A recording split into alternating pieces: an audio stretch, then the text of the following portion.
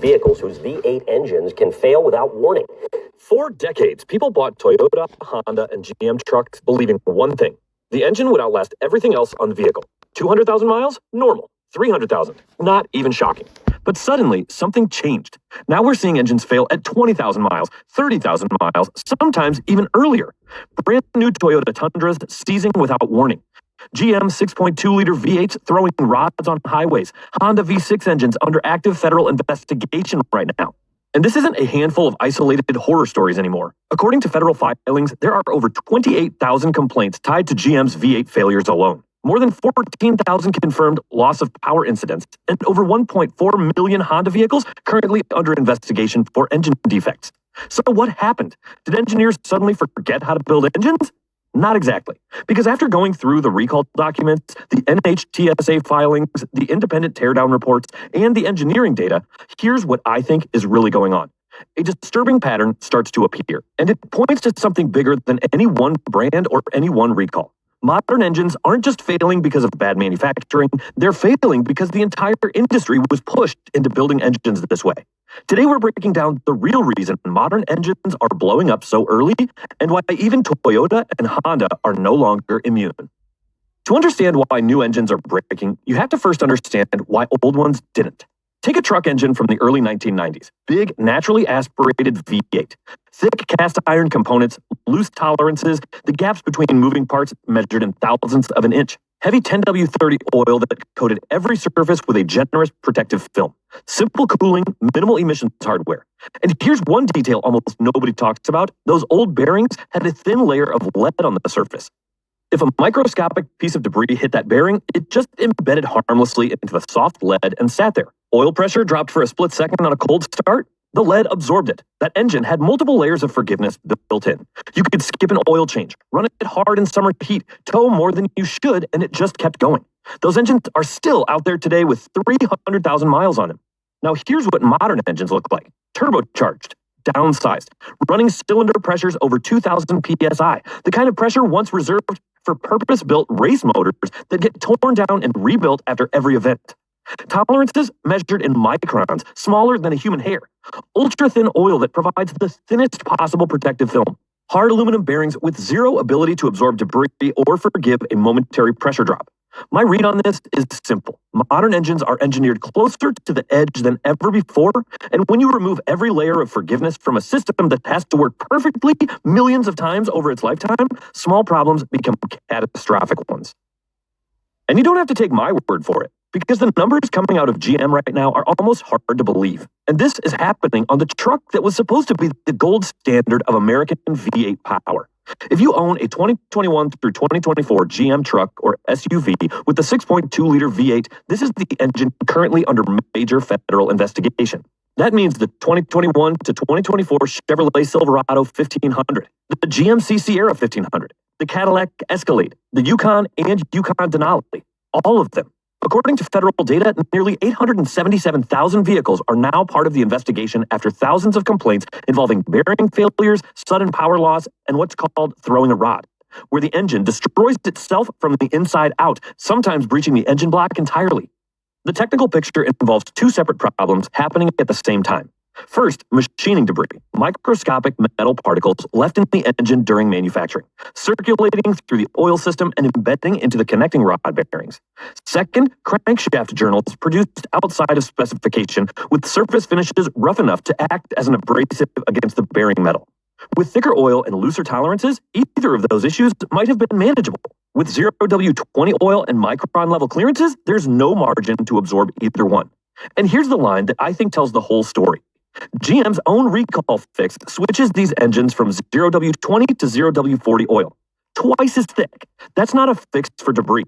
That's GM quietly admitting that the original oil specification never had enough protection margin for this engine in real-world driving conditions. They just didn't say it out loud until 877,000 vehicles were already on the road. People bought these trucks expecting old-school V8 durability. Instead, they got catastrophic failures before 50,000 miles. Now, if this were just a GM problem, you could almost write it off. American trucks have had their issues before. But here's where this story gets genuinely unsettling, because the next brand on this list is Toyota. And Toyota's entire identity, the reason people pay a premium for a Tundra over a Silverado, is reliability.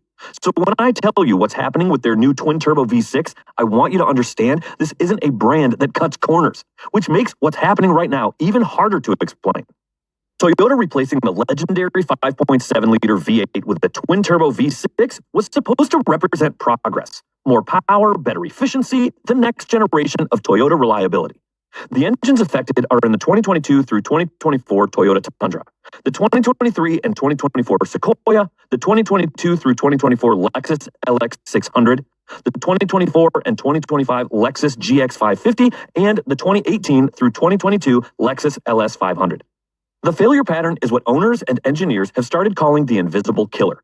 No warning lights, no diagnostic codes. The engine feels completely normal right up until the moment it seizes. Some owners are reporting catastrophic failures before 40,000 miles on brand new flagships. Toyota's official explanation points to machining debris left in the engine during manufacturing at their Alabama and Tahara plants, contaminating the main bearings. But here's what I find hard to get past. Independent teardowns of failed engines show the main bearings completely destroyed, scored, heat burned, seized, while the rod bearings, which share the exact same oil circuit, show almost no wear at all. If debris were randomly circulating through the oil system, you'd expect to see damage distributed across everything oil touches. The turbocharger bearings, the valve train, the rod bearings.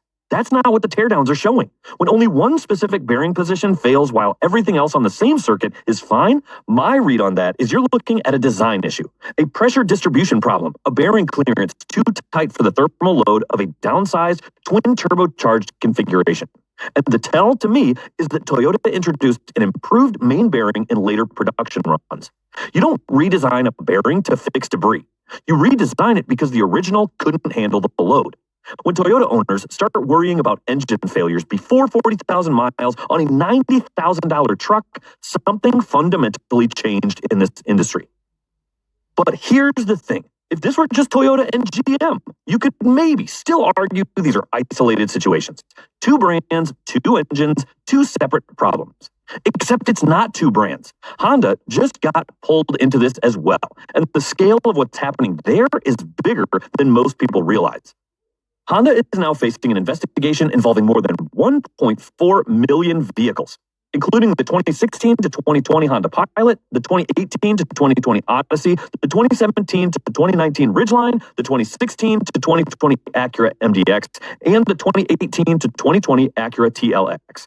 These are family vehicles, minivans, three-row SUVs, vehicles people bought specifically because of Honda's reputation for reliability. And now, even Honda's reputation is taking a serious hit.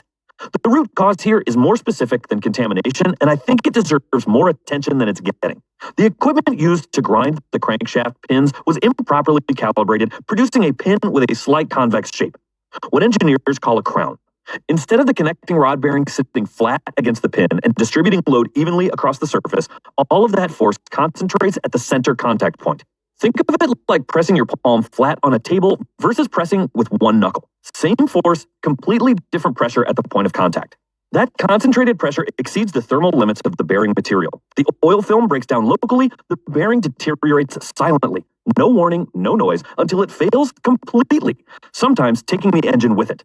The original recall covered 250,000 vehicles. The current investigation covers 1.4 million across 5 model years.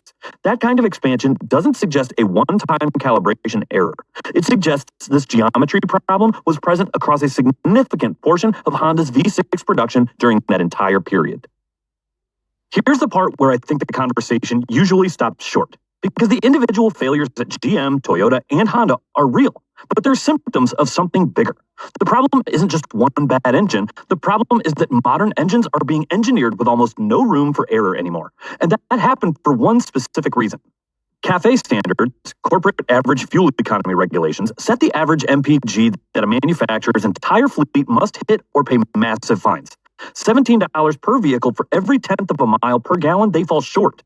Missed the target by 1 MPG across 2 million vehicles, and you're looking at over $300 million in fines. 1 mile per gallon. So manufacturers squeezed every fraction of efficiency out of every engine by any means necessary. Tiny turbocharged engines instead of larger, naturally aspirated ones. Oil thinned from 5W30 down to 0W20, 0W16, and in some current applications, 0W8. Fluid so thin it would feel almost like water in your hands. Cylinder deactivation systems, start-stop technology, direct injection. All of these technologies exist primarily to hit a number on a government test cycle, not because they make engines last 200,000 miles. And here's what changed beneath all of it. Old engines could survive contamination, neglect, a missed oil change, a cold start in January. The tolerances were loose enough, the parts beefy enough, the oil thick enough that the system had built-in forgiveness. Modern engines cannot survive any of that. Tighten the tolerances to microns, thin the oil to near water, remove the lead from the bearings, add turbocharging that doubles internal cylinder pressure, and you've built an engine where everything has to go right every time across hundreds of thousands of operating cycles. At mass production scale, that's not achievable. And the failure data proves it. The manufacturers ran the math. A predictable rate of engine failures, warranty claims, recalls, settlements was calculated to be less expensive than missing CAFE targets. They made a business decision about your engine's lifespan, and you are the one paying for it. By the way, if you still believe older engines were built better than modern ones, hit the like button, because after going through all of this research, it's honestly getting hard to argue otherwise. Engine replacements on these vehicles now cost between $15,000 and $20,000 on an $80,000 truck before 50,000 miles. But here's the part that I think is actually worse than the mechanical failures themselves. Hyundai gave us the clearest preview of where this industry is heading. After their Theta 2 engine disaster, millions of affected vehicles, over $1 billion in settlements, their solution wasn't to redesign the engine. It was a software update. The NOx sensor detection system monitors for the vibration pattern of a failing bearing and limits engine speed before catastrophic seizure. Owners started calling it the death code. Detecting an imminent failure before it becomes a highway fire is genuinely valuable. But detecting a failing bearing is not fixing it. You are now driving a vehicle where the acknowledged solution is an algorithm watching the compromised component, waiting for it to break. And the fact that replacement engines in Hyundai vehicles failed the same way as the originals tells you the underlying design was never actually corrected. Beyond that, manufacturers used to overbuild engines to protect their reputation. Today, many are engineering them just enough to survive the warranty period. And when a customer's engine fails repeatedly and the manufacturer decides to buy the vehicle back rather than fight a lemon law claim, that transaction frequently includes a non-disclosure agreement. You get paid, you stay quiet. The most informed, most motivated complainants, the people most likely to file federal complaints that trigger investigations, get silenced at the source. And when those buybacks get structured as customer satisfaction transactions instead of formal lemon law claims, the title branding that would warn future buyers often doesn't apply. That vehicle gets resold with a clean title. The next buyer has no idea what they're purchasing. Owners are losing trust. And honestly, looking at this data, it's hard to tell them they're wrong. So given all of that, the engineering compromises, the failures, the way manufacturers are managing the fallout, what can you actually do about it? Because there are real practical steps that can meaningfully reduce your risk, and some of them cost almost nothing. Check your VIN at nhtsa.gov right now. If you're inside an open recall, schedule the repair immediately. Most of these failures come without any warning. Change your oil every 5,000 miles, regardless of what the manual says. The 7,500 to 10,000 mile recommended intervals are a cost of ownership marketing figure, not an engineering recommendation for turbocharged direct injection engines. If your vehicle has start-stop, disable it every time you drive. Every restart is a brief moment of zero oil pressure on micron-type bearings. A $50 to $100 OBD2 device can disable it permanently. If you have a direct injection engine, get your intake valves professionally cleaned every 30,000 to 40,000 miles.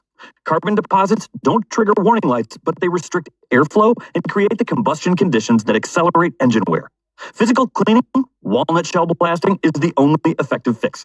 Consider stepping up one oil viscosity grade after your warranty expires. If GM is now running recalled 6.2s on 0W40, running 5W30 instead of 0W20 on your own engine after warranty isn't extreme. It's giving your bearings a fighting chance. If you're shopping used, treat 2021 through 2024 model years on any turbocharged engine from these brands with real caution. A 2016 to 2019 naturally aspirated V8 with honest highway miles may genuinely be the safer purchase right now. The scary part is this may only be the beginning. Emissions rules are getting stricter, engines are getting more complicated, and the margin for reliability keeps shrinking. That's why some of the most trusted engines in America are suddenly failing faster than anyone expected. So now I want to hear from you. Have modern engines actually become less reliable, or are people exaggerating the problem? And more importantly, would you trust one of these new turbocharged engines long term? Drop your thoughts below, and if you're new here, subscribe, because we've got a lot more automotive deep dives coming. See you in the next one.